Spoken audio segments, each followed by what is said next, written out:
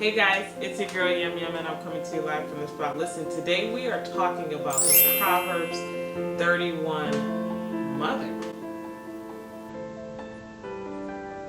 Yeah, I know. Proverbs 31, I know every time we hear Proverbs 31, we start clenching, we start getting really anxious and then go. I'm going to look at it from a slightly different perspective today, and I hope you'll stick with me. But before we do that, guys, welcome to YEM'S World. Thank you so much for watching. If you're new here, consider subscribing. Would love to have you join the family, have you join the community. And if you're part of the family, shout out to you. Leave a comment in the comment section and share the video if it's a blessing. All right, let's get into this now. So, listen, the Proverbs 31 mother.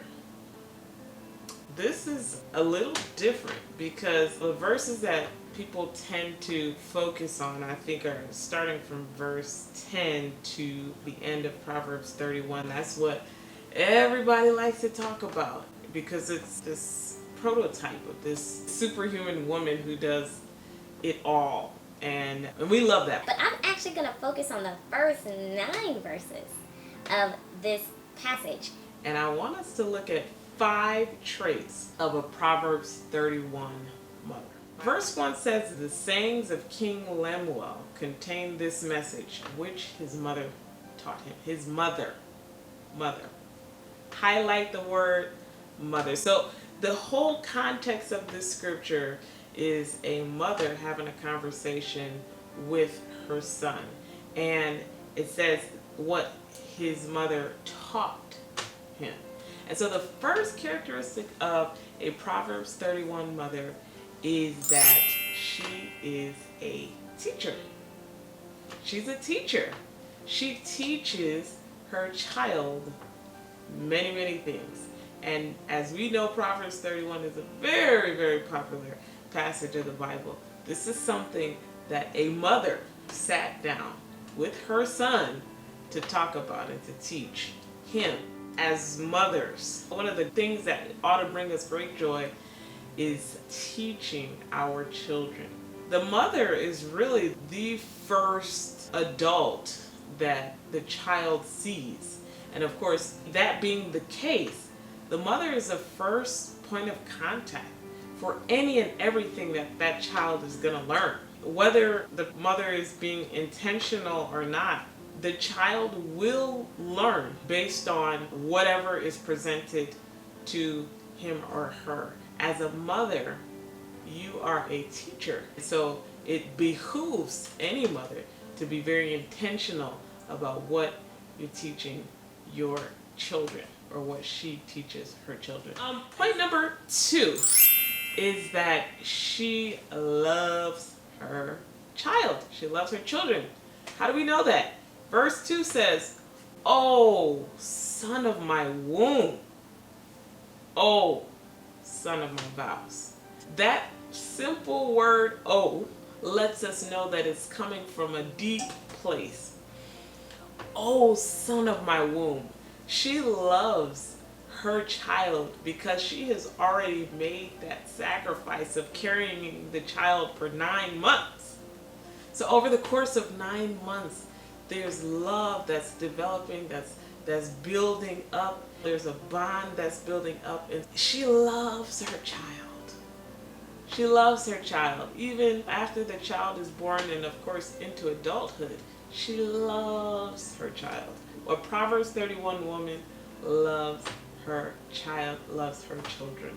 How do you know that? She makes a vow. She says, "Oh, son of my vow." You know, we don't really know what happened before that, right? Contextually, we don't really understand why she was making a vow or anything, but we know that she says, "Oh, son of my vows." That means she made a vow in order to get this son. So she loved, when you make a vow to get something, you know that that's special. And so she loves her child. She loves her children. The third characteristic of a Proverbs 31 mother is that she recognizes that her child is destined for greatness. This passage is to the King Lemuel. So that means this mother is not just talking to anyone. She's talking to the future king. In this passage, she is a king, but I suppose that she probably had been saying these things all along because she knew he was going to become king. She knew he was destined for greatness. A Proverbs 31 mother knows that her child is destined for greatness, is destined for something glorious. And so she does everything in her power to ensure that he or she stays on the right path. And in verse 3 it says, "Do not waste your strength on women, on those who ruin kings."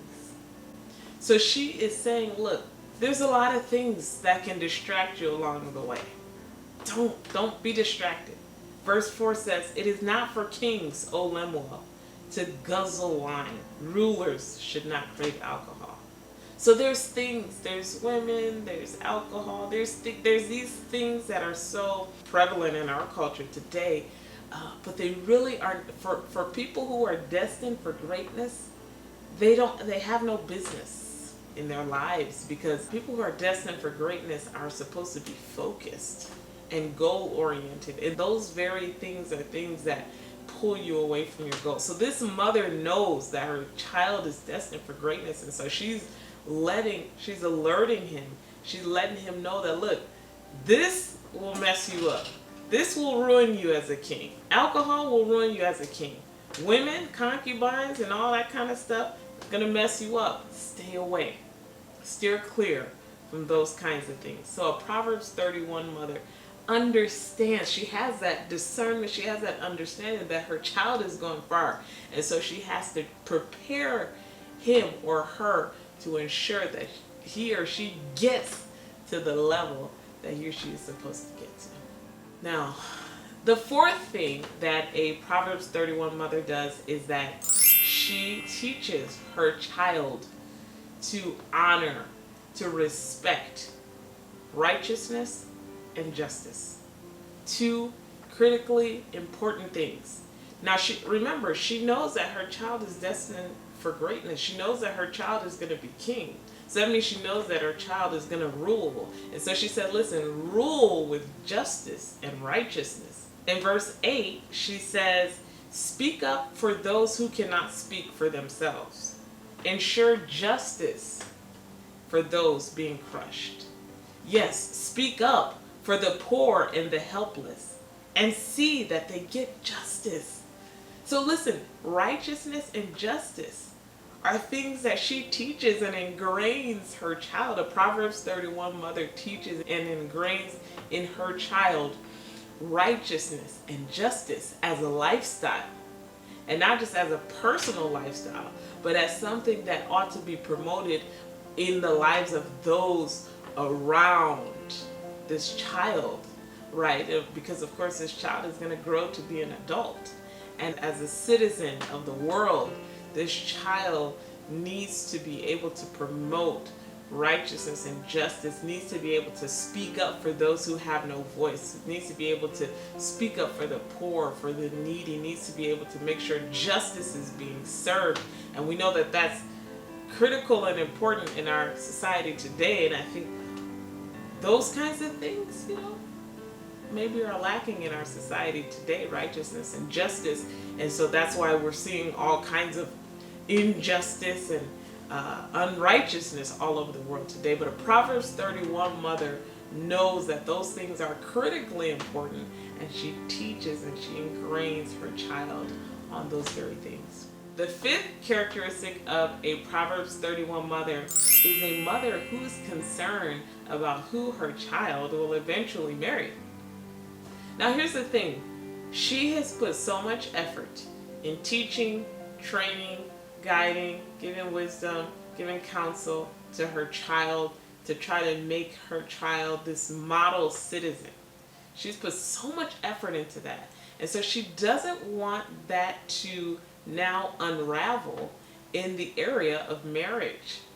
And so she wants her child to be paired with someone who also has the kinds of traits and the characteristics that will pair with a child that she has trained and has raised and has taught I'm not going to get into the rest of Proverbs 31 because that passage we all know very well about the kind of a noble and virtuous wife.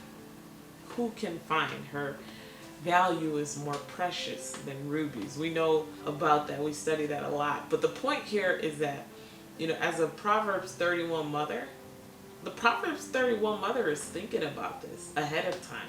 She's thinking about the kind of wife that her son will marry. She's thinking about who is going to complement all of the effort that she has made over the course of the years since the child was in the womb up until this very point. She's considering all of those things, and she's not taking it for granted that all of her efforts are not in jeopardy when you're paired with a spouse that's not the right spouse. And so she's thinking about that. She's considering that. She's making sure the child knows about that. This mother is talking to King Lemuel, and he's saying, look, you need to find a virtuous wife.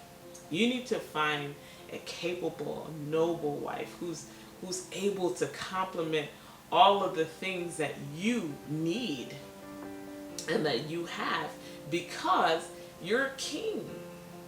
You're destined for greatness. You're greatness, and so you need somebody that's going to come beside you and also be very great and be awesome. And a Proverbs 31 mother is praying about her child's spouse, even when the child is still in the womb, or even before she becomes a mother. A Proverbs 31 mother is already thinking about that. Those are all of my points for today. I hope you were blessed. We're still in the series, The Joys of Motherhood, and these are the very things that bring us great joy, the ability to teach and to train and to mold these young children into capable, noble, virtuous kings and queens that will rule with righteousness and justice. All of those things bring great joy. I hope that you were blessed by this.